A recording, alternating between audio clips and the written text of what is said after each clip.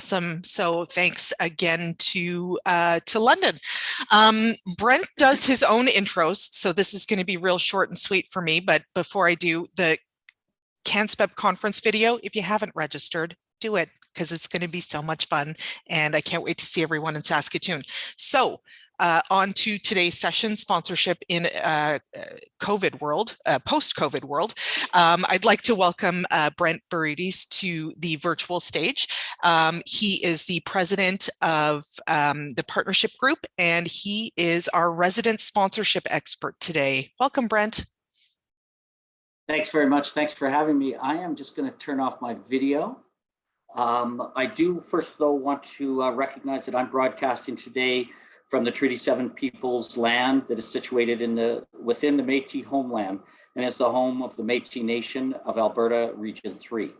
This land is often referred to as unceded territory, which truly should be referred to as stolen or taken without due course or agreement. Both First Nations and the Métis people are the spiritual and cultural keepers of their traditional lands, and still to this day they continue to practice their values, their languages, beliefs, and knowledge. And I'm grateful for and pay respect for the privilege today to broadcast to you on this land and thank these people for their hospitality while I am here on what is rightfully their land. Once again, thanks very much for having me. I am going to bring up this screen. The reason I took my video off was just because I'm stuck in an airport delivering this, and as a result, the internet connection's not really strong. So if there are issues, Megan and Nicole will cover for me while I log back in and log out and all that sort of stuff. But once again, thanks for having me. I want to encourage everybody that if you've got questions, just put them right into the chat. Megan and Nicole will watch those for me, and they'll track them, and we'll answer all those questions at the end. At the same time, if there's something that you've got that I make a comment that you don't understand and you need to understand to be able to continue to go on, just open your mic, ask the question. But for the most part, let's push everything to the chat box, and we'll go from there. Just a quick background on us.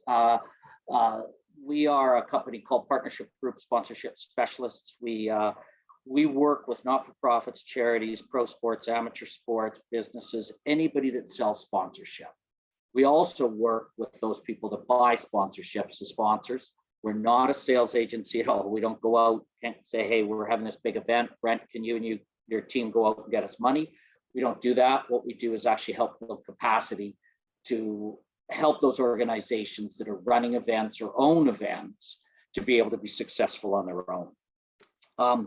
Events are coming back, as all of you know. They're coming back, some of them in hybrid scenarios, some still remaining all virtual, others all in person. And that's affected all our partnerships and sponsorships over the time period. So, and will affect it going forward. This is just my contact information. If you have questions afterwards, want to reach out to me, my email is the best one to use, just brent@partnershipgroup.ca. Likewise, I am on Twitter. You can follow me on Twitter. You can follow me on Instagram. Just so you know, Instagram, I just observe. I don't post. Twitter, I do some posting and observe and share. The social media that I travel the most in is LinkedIn, and I invite you to come and connect with me on LinkedIn as well, and share our networks. So that's just a little bit about that. Our company is based out of Calgary, but I actually live in Nanaimo, BC, with my wife and daughter. I'm going to encourage you all to, if you hear stuff, which I hope you do, that you found valuable or insightful, share it with your networks. That's, you've got your phones in front of you. So use the hashtag sponsorship reality and share the knowledge. And I would encourage that going forward. I also have, just so you know, some of you are already on this. I saw some names pop up there that I know. I do post every Tuesday morning. So as of yesterday, there was a good one. I think it was called "You Don't Know Shit." So it's every Tuesday I try to post. Well, I do post a blog, which is around sponsorship, sales, those sorts of things. Every once in a while, it is a bit of a rant, like when Starbucks changed their brand of tea. But aside from those few ones, there's it's really a quick read, less than 2 minutes typically, and has some insightful components to it. And it's really creatively named the Tuesday Morning Commentary because it actually comes out on Tuesdays. If you want to sign up, it's free. Just send me an email and we'll get you added on it. And one last plug is for an independently held conference. It's called WSC, or Western Sponsorship Congress. It is managed and produced by Arlene and Brent, who I think many of you will know from TimeWise Event Management out of Edmonton, and they are the owners and operators and producers of Go West, which I think quite a few of you are familiar with. They license this event from us. They run it. So I would encourage, if you want to, go to sponsorshipforum.ca. There's I know Arlene, we just got a call yesterday, is working diligently on getting what looks like an amazing lineup of speakers to be on board for this fall. It's in October. And finally, I do have a book that's I'll share this PDF version with Megan and Nicole and afterwards, and they can share it with all of you. But more importantly, all of you are going to be entered into a draw. I think that there's two copies of the book, Reality Check, Straight Talk About Sponsorship Market, that will be given out. And of those of you, the rest of you, the other 14 that don't actually get to win the book, that's the best place to buy it if you want a copy. So, I look at all of you as, you know, business owners and event people, and this probably is the best picture for me to describe what you guys do on a daily basis. You and your staff, everyone's extremely busy, and you're doing at any given time 3 or 4 different jobs, handling multiple scenarios, whether that's a storm coming in and possibly disrupting an AGM, Megan, this weekend, those sorts of things, working for Plan B, all of those elements. It's really amazing what you can do, and when you're the entrepreneur and the owner of a business that does it, it's even far more reaching. So sponsorship typically becomes an off the corner of the desk component of all the stuff that you're doing, everything from food and beverage to registrations to speakers to logistics to all of the insurance, everything else. You're also having to do sponsorship quite often, not all the time, but quite often. And that sponsorship component typically is off the corner of the desk. So I wanted to try to put together an approach that would, in a session for you, that would actually look at how you could actually make more money out of sponsorship, what it's going to look like in this post-COVID world. And that's sort of, that's where we're going to go today. And what I've done is, this is sort of the session plan. I want to look at how this new world for sponsorship is working or is going to work. I've got some case examples. And then at the end, as I said, we'll just look at questions and discussion. But what I've done is I've put together what I'm calling for you the 7 steps. 7 steps to building a better sponsorship program or generating more money. I will in each of them try to give case studies, that sort of stuff. But to start off, we have to first recognize really that the game has changed. It's changed dramatically. If you think about 26 months ago, 24 months ago, it was the old world. We were running, we were busy, we were organizing events, selling sponsorships, having great experiences on site. And most of us weren't doing virtual events at all. And many of us had never done a virtual event, let alone in all of us, and I hate this word, but the pivot happens and all of a sudden if you want to make money, you're doing virtual events, you're running AGMs online, you are running member events and sales conferences and all those sorts of things, even weddings online. And so a lot of those involve sponsorship. And so that world changed dramatically for all of us. And then it shifted to where we are now, sort of some hybrid, some still virtual and some face-to-face. And how does that fit into the sponsorship world? And what we saw during the virtual time period was that a ton of sponsorship dollars fell off because we didn't really manage virtual events well for sponsors. Virtual events can be an amazing product for a sponsor when they're done right, because really all it is digital marketing, and all of them are using digital marketing.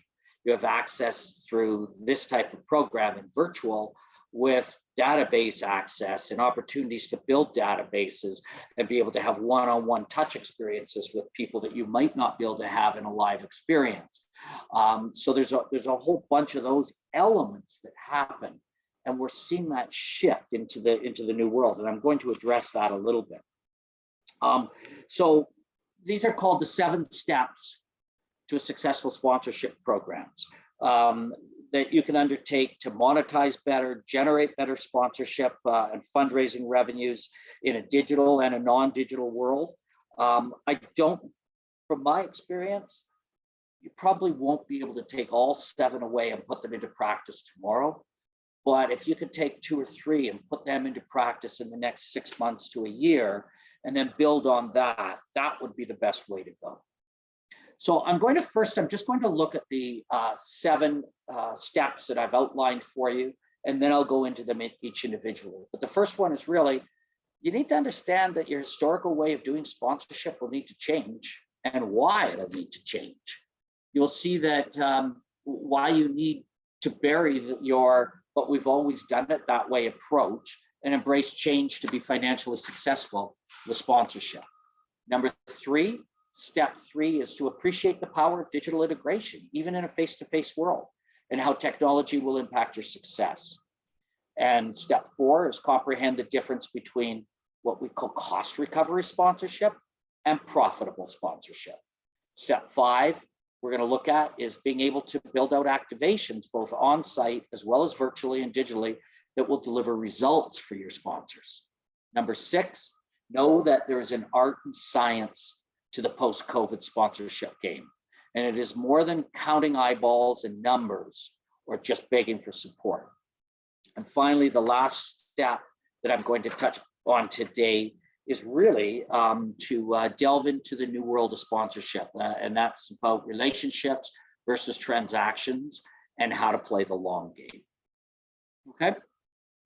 So really the first step is to understand that things are different, and what you've done in the past has changed. You can't, from a sponsorship world, I'm not speaking just from the event world, because you already know that and you're living and breathing it every day. And the sponsorship world is in the same boat, and that affects you in your event world. You cannot duplicate or replicate a pre-COVID program on a virtual platform. You cannot replicate it or duplicate it. You can build a virtual event, but don't try to duplicate or replicate what you were doing in a live event. And then now that we're getting past COVID, don't think that you can just take all the stuff that you learned and fully integrate it back into a live face-to-face event. There are adaptations to both of those. And if you're going to run a hybrid event, that makes it even more complicated, but it can deliver better results for sponsors. So the way you've engaged with your clients, as I said earlier, over the last 26 months has been, and the sponsors that you've had for any of those events, it's important to be thinking differently. It opens a door Just because we did things in a certain way before or during COVID doesn't mean they will work in post-COVID. Some of the stuff that we're really seeing is that metrics are becoming way, way more important to sponsors. They need to see a tangible result. They need to have goals and objectives at the front end. They need to see an increase in lead generation by 12% or brand recognition by 8% or whatever those are, or employee engagement or any of the elements that they're trying to achieve. They need to be trackable. And in the case of the new world, there are ways to do that. And we're going to see that from a technology perspective. We're going to look at it in a little more depth, but things like augmented reality and QR codes and running events with programs like Kahoot that existed long before COVID and was being utilized into a lot of presentations and activities and events, but has exploded because of COVID. So the second thing, or second step, is your old way of stock packages needs to change. What we've watched for so many years, especially at events, and especially events where, you know, it's sponsorship is being done off the side of the desk, then the end result is that we have to be in a scenario that we would only build stock packages and we'd send those out and we'd hope that somebody would buy them. And that world needs to change because that's not what sponsors are looking for. The most recent study by the Canadian Sponsorship Landscape Study clearly shows the #1 complaint that sponsors have right now is getting stock packages as opposed to customized packages to meet their specific needs. So what that means is that these 7 most expensive words in the business are, we have always done it that way. And those have to be changed. If you want to make more money out of sponsorship, you need to move beyond doing things like selling packages, stock packages, the gold, silver, bronze for the galas and the dinners and the annual conferences. You need to look at customizing package development. And this is going to be a huge change in the way you do business. We also have to look at moving away from strictly asking for donations. If that's a charitable event that you're running, it isn't about just, hey, we'll make you a dinner sponsor if you give us $5,000, and they don't really get any value. They get to be called the dinner sponsor, and the MC mentions them a few times, and they get a banner up. And if you did exit surveys, less than 5% of the people would even be able to recognize who the dinner sponsor was. That's not worth $5,000. That's a gift of $5,000. And that's cool if you can get it. But what we're seeing is a big shift away from that to those companies saying, I still have that $5,000 or that $25,000 for you, but I need to have a return on investment. And that means that they, there's a business to business message they're looking at. We have to start looking at different ways of collecting silent auction items and selling them. And we're going to look into that around those types of events. And we need to move away from that simple gold, silver, bronze package. And I don't care what you call them. You can call them dinner sponsor. You can call them, they're all templated packages. Those you have to move away from.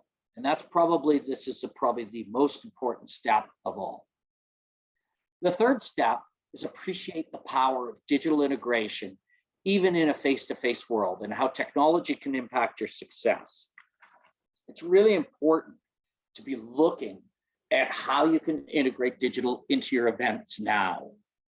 When we stop to look at it, what about live streaming opportunities for events, for interaction, so that people can attend that event, even though they're not sitting at the table or at the wedding or at the conference?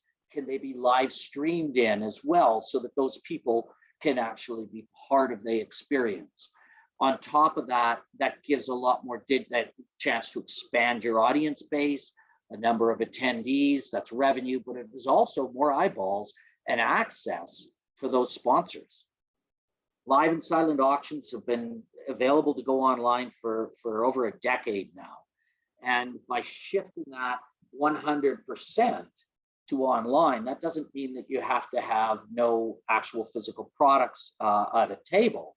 You can still do those, but you can run an online auction where your guests never have to leave the table to put out a bid, and they're going to get alerts when somebody just outbid them. And then you can also have integrated information. It was a sponsor that had a product on that table that's a live or a silent auction item. And when they go to look at that item, they get a pop-up that tells them all about the product, the information, the details, and maybe a video integration, all produced by your sponsor to be able to showcase the product. That helps them do what they're trying to do, which is sell their products. Only one person's walking away with a silent auction item, but if I learned a lot about an item and I never got to buy it, I may still go to the store or online to buy it. Also, having QR codes at the tables, when we stop to look at that, it's unbelievable. Most of us go into restaurants today, we don't get menus anymore. There's QR codes on the tables, and we take the picture and boom, up pops our menu. So why aren't we utilizing this type of experience at a conference or even for that matter, a wedding with pictures and stories brought to you by and history of the bride and groom, stories, the behind the scenes stories for each of the wedding party. All that can be done off a QR code, and sponsors can be integrated into those. And if you're at a conference or a member association event, again, sponsors can be integrated into this through that huge opportunity of QR codes to be able to access information, sponsor site. But the most important part for your sponsors, they get the data. They know who clicked through on what and where the interest is, and they can follow up now with those people because they have the access to them. And you as a company or you as an event, you're not sharing your database. These people are giving their emails when they go onto the QR code and they're asked for it. They don't have to give it, but that allows the sponsor to build their own database and be able to show content and information. There's also, like, we just looked at a great video of your event in less than 2 months in Saskatoon. And what a terrific piece of production. And when we go back and we look at it 3 years ago, most people for an event like that wouldn't be producing a video. But video is way easier to produce now based on having cell phones, things like Zoom, production access, lighting, all of those sorts of things can be done way easier than they ever could have been done before COVID. And so you can produce video and you can share video, and it doesn't have to be done on a screen at the front of the room, at the conference or anyplace else. It again can be actually just emailed with a link. It can be put on the app for people to look at, or it can be set up through a QR code. There's way more opportunities to actually look at utilizing video and digital in your sponsorships to be able to tell stories. I'm going to play you a little video. This is an old video. It goes back quite a few years, and I know we're talking post-COVID, but the reason I want to show it is so that you can see what used to be done from an activation point. This is the event is Little League World Series, and just how Toyota got involved as a sponsor, what they had to do as a change, but they have all the right things. But I want to look and talk about what we can look at next. And hopefully, Megan or Nicole, if the sound doesn't come through, let me know and I'll go back and try and fix it. But hopefully it'll go through and we'll go from there. Little League is a great activity for families. That's why Honda has been a long-standing sponsor. But after 17 years, things became a little mundane. Honda did the same things year after year, making families see the brand as dependable, but not really very exciting or fun. So this season, we made fun a priority at every touch point, completely revamping Honda's Little League presence. We took the annual sweepstakes and gave it a twist. We made everyone a winner, sort of. You could win big, like a trip to the Little League World Series, or you could win small, like a poorly sung rendition of Take Me Out to the Ball Game. Take me out to the ball game. You could win even if you filled out your entry form incorrectly. At the Little League World Series, most sponsors set up a typical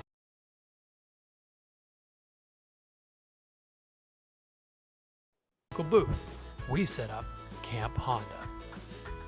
There were games like a high-stakes dunk tank. If you missed, you got doused. Or musical car seats. The last person standing gets a pie in the face. We even made vacuuming fun.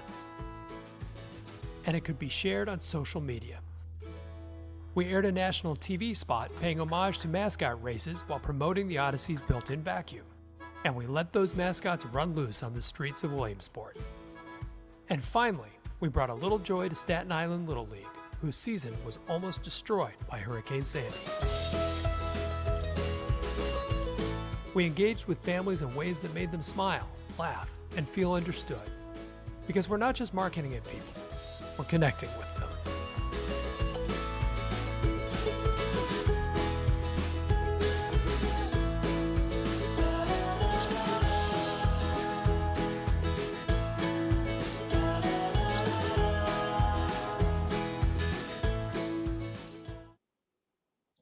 So I said Toyota, I meant Honda.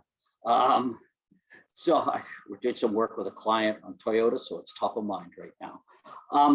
So what you saw there was, 9 years old. It was an event. It was very interactive. In today's world, it's going to look a lot different. It has to. People are still scared going to live events. Some people don't want to even shake hands. I've been at several conferences already in the last couple of months that I've been speaking at. And, some people are ready to hug again, and others are just not even ready to shake hands. We have to create a sense of security for people at the events that we're running. And sponsors have to be part of that. Sponsors have to feel comfortable that you're making the other people that are coming feel comfortable. And that means things like, still providing masks, still providing sanitary stations.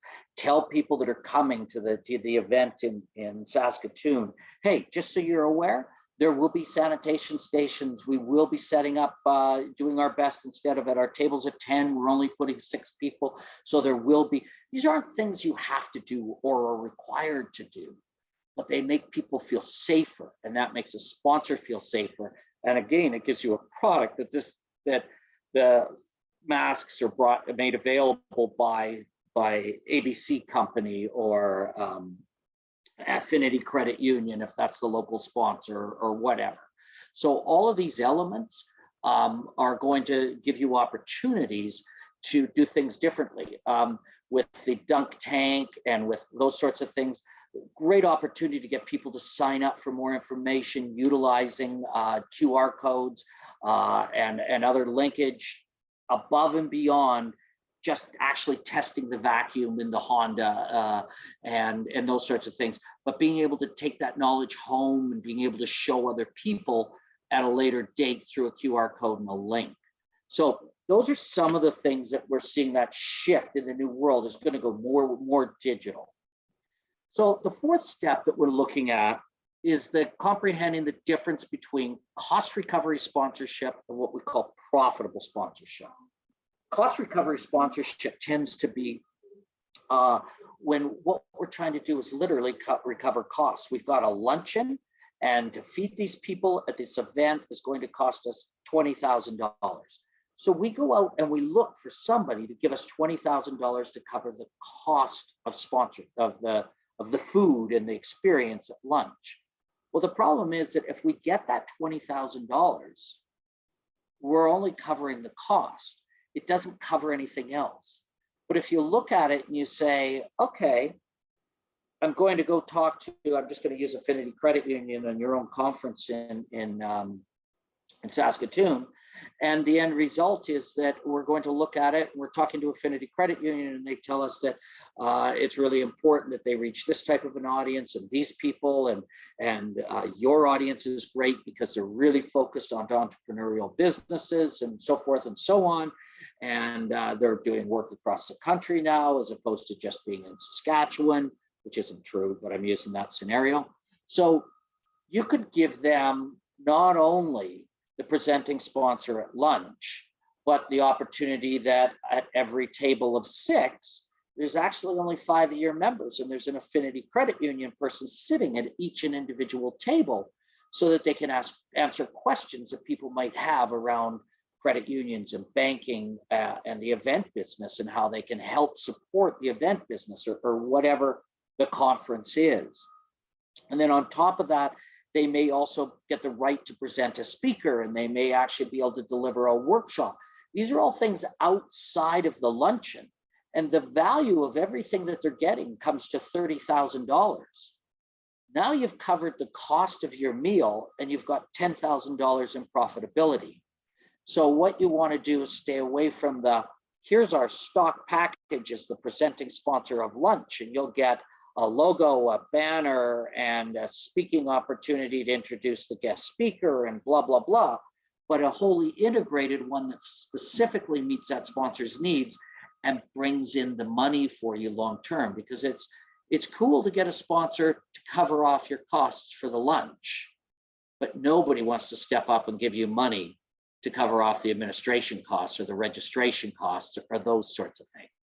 So we need to shift, and we're seeing this in the post-COVID world, shifting away from cost recovery to custom building sponsorship packages that meet the needs of the sponsor and allow the property or the organization to generate more money and become profitable. Step number 5 is be able to build out activation, both on-site and virtual or digital, and that will deliver results for the sponsor. Some of these I've already covered off, but you were all introduced to the virtual world. You probably all had to run some sort of events in the virtual world. Figure out what experiences worked well for the events, but also for sponsors, and see how you can integrate those into the new world, which is, hybrid or more highly digital and experiential live events. And so shift that way, but also look at things like I had mentioned, live streaming options in arenas. Like you're running an event, whether it might be a sporting event or something for whether it's a golf tournament or whether it's a hockey tournament or a curling bonspiel or a bike or something like that. Why can't you digitally stream that? And why can't you integrate sponsors' logos into it so that people that aren't at the bonspiel can still watch it and they can still be part of it? Because the cost of live streaming has dropped dramatically, and you don't need a production team like TSN to come in and do it for you. So you can create that sort of live experience that you can integrate sponsors' messages. And if you're going to do like a play-by-play as well, you can integrate it in that side. You can also create live and boxed events. If you're running a conference and you've got a series of speakers, could you also produce with those speakers a series of post-conference event webinars with that same speaker delivering some additional content, which for an added purchase, your registrants can get this more content, or they get it for free and a sponsor's integrated into that. So it doesn't cost you that much more to do, but it actually engages your audience more, and it gives more direct access for your sponsors to be part of that by creating boxed or live content opportunities outside of the conference that or event that you might be running. Creating different levels of opportunity to attend. So if it's a conference or a concert or a bonspiel, do I have to pay the full price to get in physically? But what if I only watch this play or this bonspiel or whatever it is virtually, and sponsors are integrated into both of those? I can pay a lesser fee. It also opens the door for your sponsors to actually be broadcast sponsors because you're running your own live streaming. And what about, other things about your app and utilizing that app to be more integrated into the conference and sponsor messaging put into that? Years ago, we created at the Western Sponsorship Congress, we created an app, and it was a gamification. We're seeing a big shift into gamification, so that people can run events within their events. So almost like creating a game like Pokemon Go or Angry Birds or something like that. So this was a decade ago, but we produced an app or a game that people could play. And when we closed up the conference that year, we launched this game, and people could play this game. There was $1 million worth of prizing, which, you know, there was maybe 2 Samsung tablets and some other, you know, tangible stuff, but all the rest of that $1 million was a free registration to next year, or 25% off, or airfare to next year's conference, or those sorts of things. But people played this game. We had tens of thousands of people playing. I mean, we only have, you know, typically back in those days, we were having 300 people at the conference, but we had over 10,000 people registered to play this game, most of them playing it on average more than 22 times. So this is a bunch of interaction. Sponsors were integrated into the questions that were asked, and their product knowledge was being taught as a result. It cost us a lot of money to do it back then, but today it can be done really cheap. So you can create an event, you can create a game opportunity that people can play and learn and build knowledge, but it's integrating sponsors' content and information. Those are the types of things that you have to start to look at. I would also encourage you that you need to look at making sure that we have better communication, and digital can help us to do that. I love this slide, because it's, first of all, what the customer, how the customer explained what they needed, how the project leader understood it, how the engineer designed it, how the programmer wrote it, how the sales executive, of course, described it, and then, of course, well, how the project was documented, nothing, what the operations installed, how the customer was billed, and how the help desk supported it, and what the customer really needed. Understand that we need to have better communication, and digitally today we can deliver that. We can use Zoom to show things. We can put video in production for somebody to see exactly how the situation will work. We can have integration and conversations way easier than we ever could before. When we look at other events, as I mentioned, we need to make them look and appear to be safe and easy. So what sort of technology are you using to be able to make it easy for people at that event, so that they don't ever have to touch money? They don't even have to bring their credit card out. I mean, you can buy wristbands today that when you pick up your wristband, you log in on it and it has your Visa on it. So you can go and buy things at different booths, or pick up food or beer or whatever it is, and not actually have to transact at all. It just automatically goes to your credit card. Do you also have 24/7 access to live chat and people through your app? And how are you engaging people to do that? And maybe, because all the conferences I've been at lately, and even pre-COVID, people don't use the apps as much as people think they do. And there isn't that much interaction on the platform that's there. People are still interacting more through their DMs on Insta or Twitter or LinkedIn, instead of actually using the app. So you need to find a way to drive that app traffic, because that's where the sponsors are going to get their value. The sixth step is know that there is an art and science to post-COVID sponsorship game. It's more than just counting eyeballs and how many people are coming in or begging for support money for your event. It's about understanding what you truly have to sell and what it's worth. And that means building out like an inventory. When you run an event, take the sponsorship component out, but when you run an event, you know how many chafing dishes you're ordering, if you're ordering them, how many plates you need, how many seats you need. You have a full inventory of everything. But the odds are you have not got an inventory of all the assets that you could possibly sell at your event. Not that you're going to sell all of them, but you don't own an inventory that says, at this conference, at this wedding, if you're going to sell the wedding, at this member association event, at this concert, you don't have a spreadsheet that outlines every single asset that you could possibly sell and generate money from, and the associated real market value of those assets. And that's where we're seeing the shift, is to knowing what you have to sell and what it's worth before you go to market.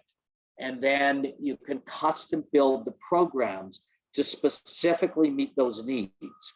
And that includes all your digital assets as well as your physical assets.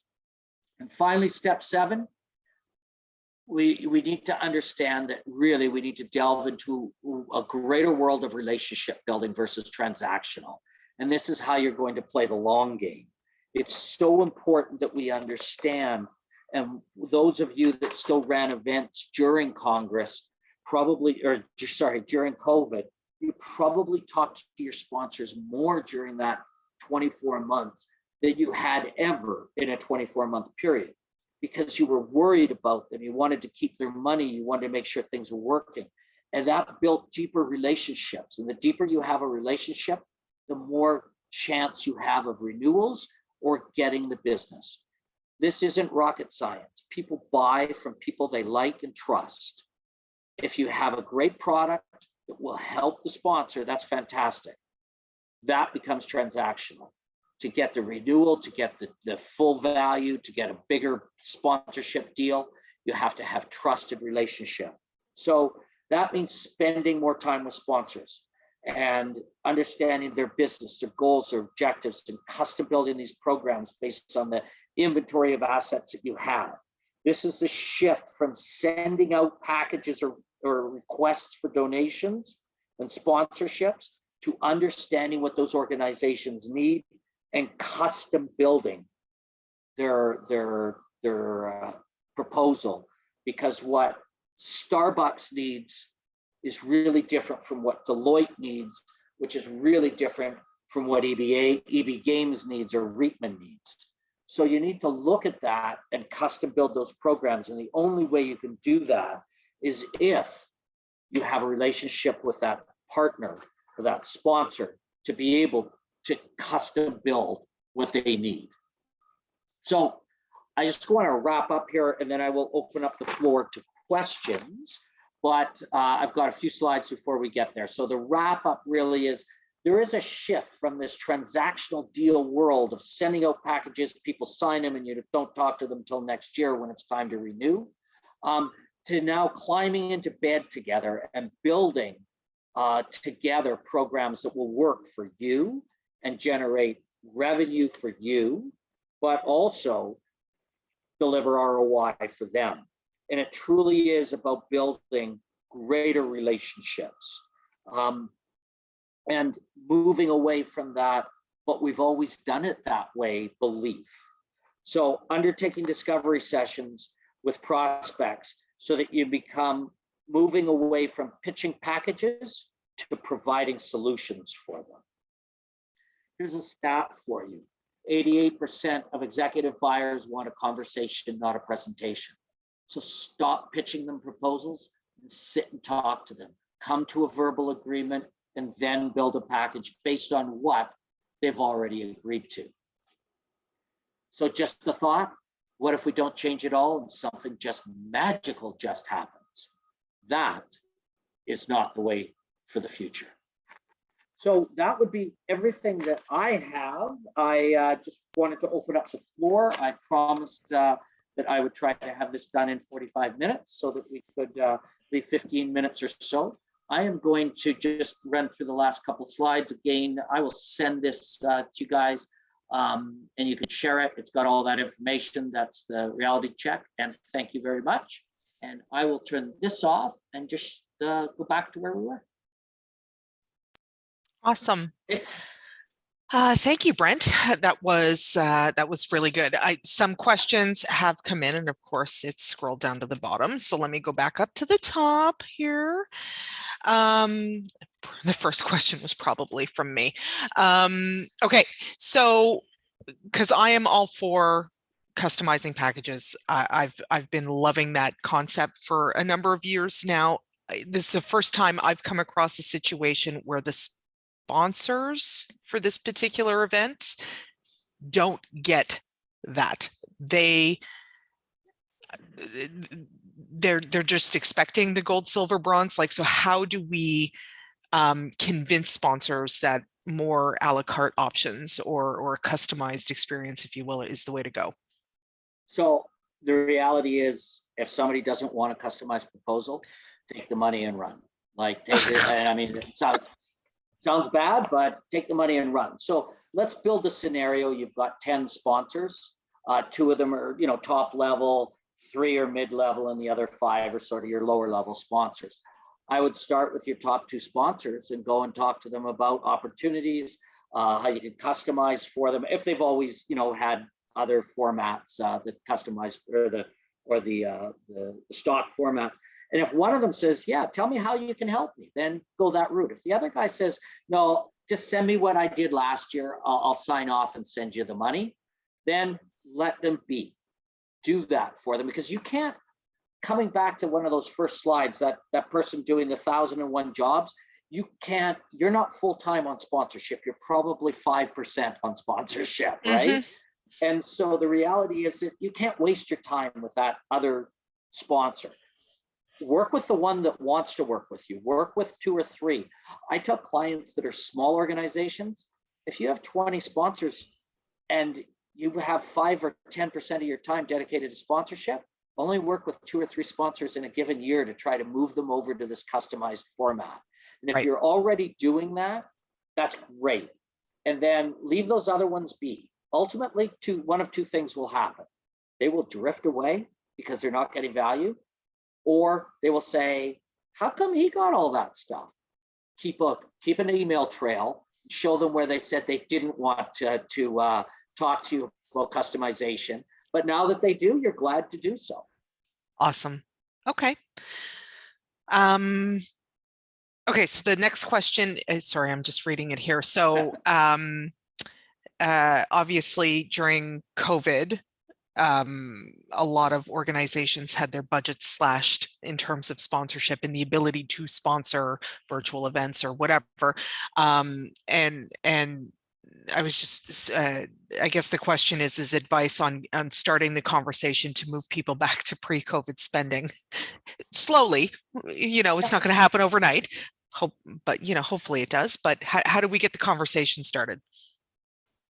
I think the best way to get the conversation started is to ask them how they're doing. And too often we go in to have that conversation and we want to sell them a sponsorship.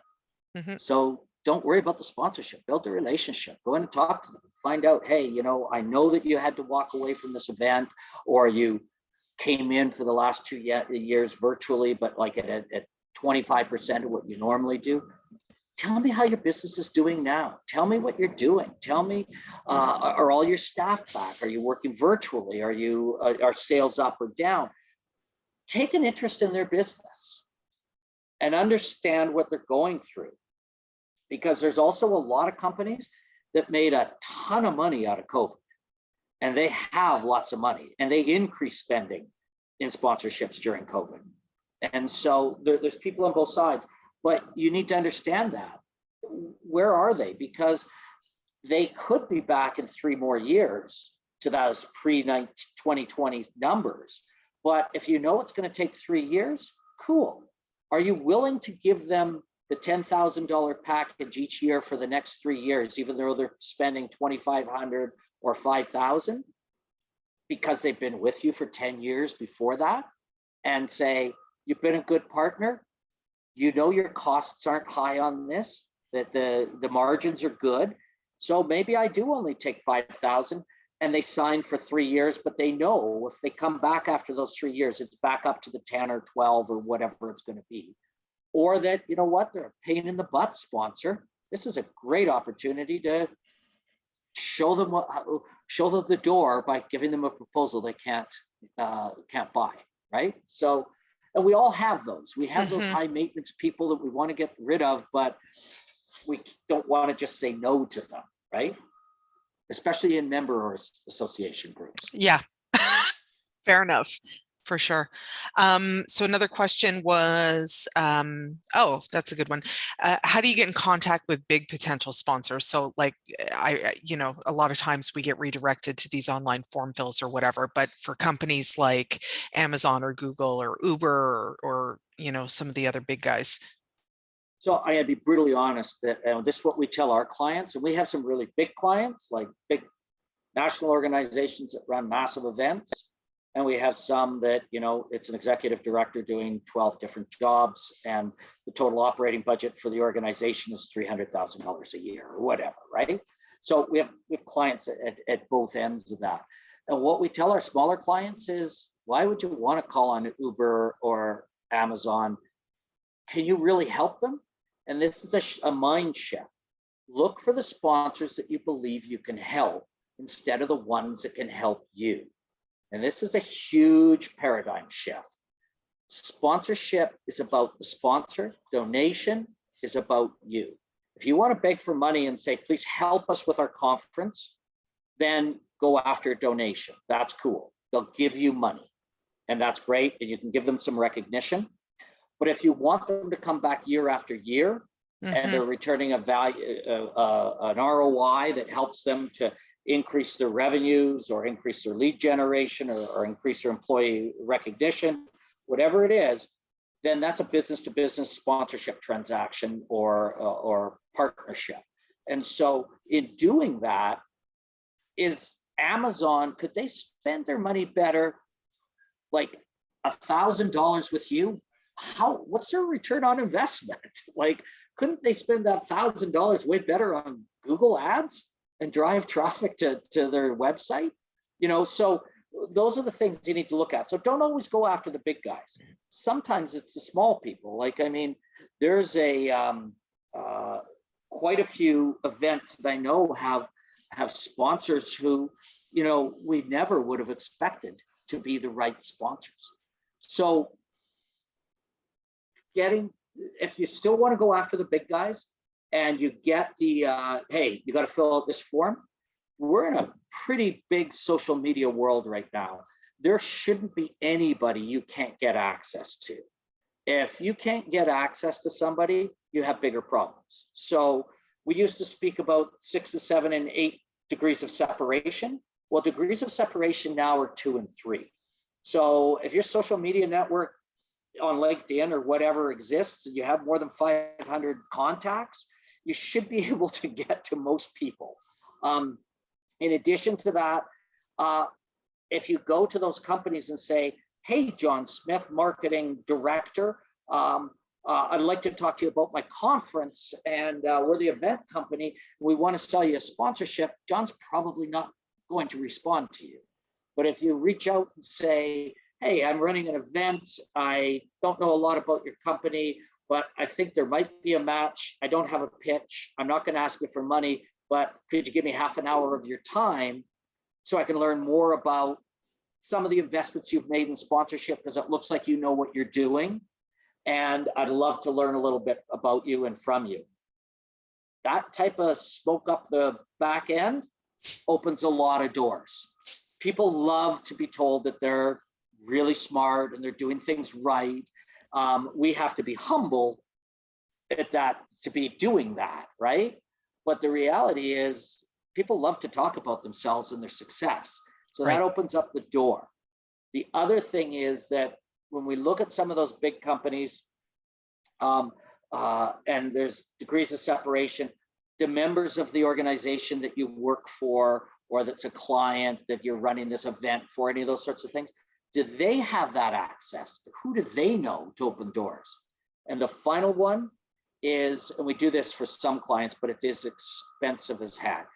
But we use Environics data, and we can find out exactly who, if you've got a conference and these are the people that are coming to it, or you've got a event and these people are coming to the gala and you have the databases. I don't need the content of the people, their addresses or their emails or any of that. All I need is postal codes. And if you've got like 20,000 postal codes for me, I can, that's a low number. We did this for the MS Society for their walk event and their bike event. And they had a database of 100,000. We found 5 new sectors, not just companies, but sectors that they should have been talking to, like casinos and preventative health organizations. Those people that were in their bike, in their walk, or donating to their bike or donating to their walk, were spending 8 times the average Ontario person in the same cohort of people, like annual income and so forth and so on, lifestyle, all that type of stuff, 8 times as likely to be going to preventative health organizations like TELUS Health or Preventus or those types of organizations, Botox companies, 8 times more likely to be spending $15,000 a year or more with those organizations.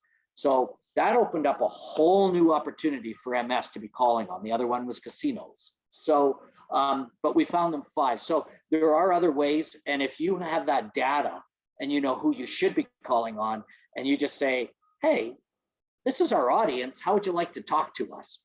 They jump pretty quick. Awesome. Sorry, long answer. I No, apologize. that's a good one. We did have one more question that came in. So about unique activations. So have you seen any unique activations at a conference that allow sponsors to connect in person with an audience without having like a booth on the trade show floor? So I'll give you a couple of examples. One is sort of digital, non-digital. We don't do a lot of sponsorships. We most of our marketing is through the Tuesday morning commentary, the conference that we own, and TimeWise Event Management operates, licenses and operates. So those are our channels for marketing. So we do a sponsorship of that conference. But we also sponsor, a third of our business is municipalities. So we sponsor a conference called FCM, Federation of Canadian Municipalities. Mm-hmm. I go to it. I don't bring my whole team. It's too expensive. I don't want a booth because then I have to be in the booth for 2.5 days and I can't go do other things. So there's a couple of things I used to do. It got too expensive, so I don't do it anymore. I used to get a speaking gig. So if you can give a sponsor a speaking gig, and I used to pay $20,000 for that speaking gig. And that would give me an hour, and all the delegates, the 2,000 delegates that are there, they have an option to go to at any given time when I'm delivering my breakout session. There are 13 other breakout sessions going on. We used to average between 300 and 500 people in our room, because I always had a topic like, do you want to generate more bottom line revenue for your municipality without raising taxes? The people that attend this conference are elected officials. You know what? If they can raise more money without taxes, they get reelected. That room fills up really good. So, and then I would book one-on-one meetings with these people that lined up to talk to me afterwards at the local Starbucks or the restaurant in the convention center or whatever. So when that got too expensive, I now do a 10-minute workshop highlighting, do you own rinks? Do you own theaters? Do you have parks and trails? Do you run swim programs? All the stuff they do. If so, why aren't you generating $300,000 or $1 million or $2 million a year from these? Come and see me in Lounge 511. And I held a space that they were already setting up. SCM was setting up as a lounge area. It just became the Partnership Group Sponsorship Specialist Lounge. It was branded with me. I could do my work there on my computer and do all that sort of stuff. And people would come and meet me right there and talk, and I would serve them coffee and I would do all that type of stuff. So that's another way of not having to have a booth. And I can get up and leave anytime I want because I'm not mandated to be there. So I could go and have lunch with a council from London or wherever, right? They're interested in the work we can help them with. So I take those guys to lunch, right? The 5 counselors that are attending, the mayor or whatever it is.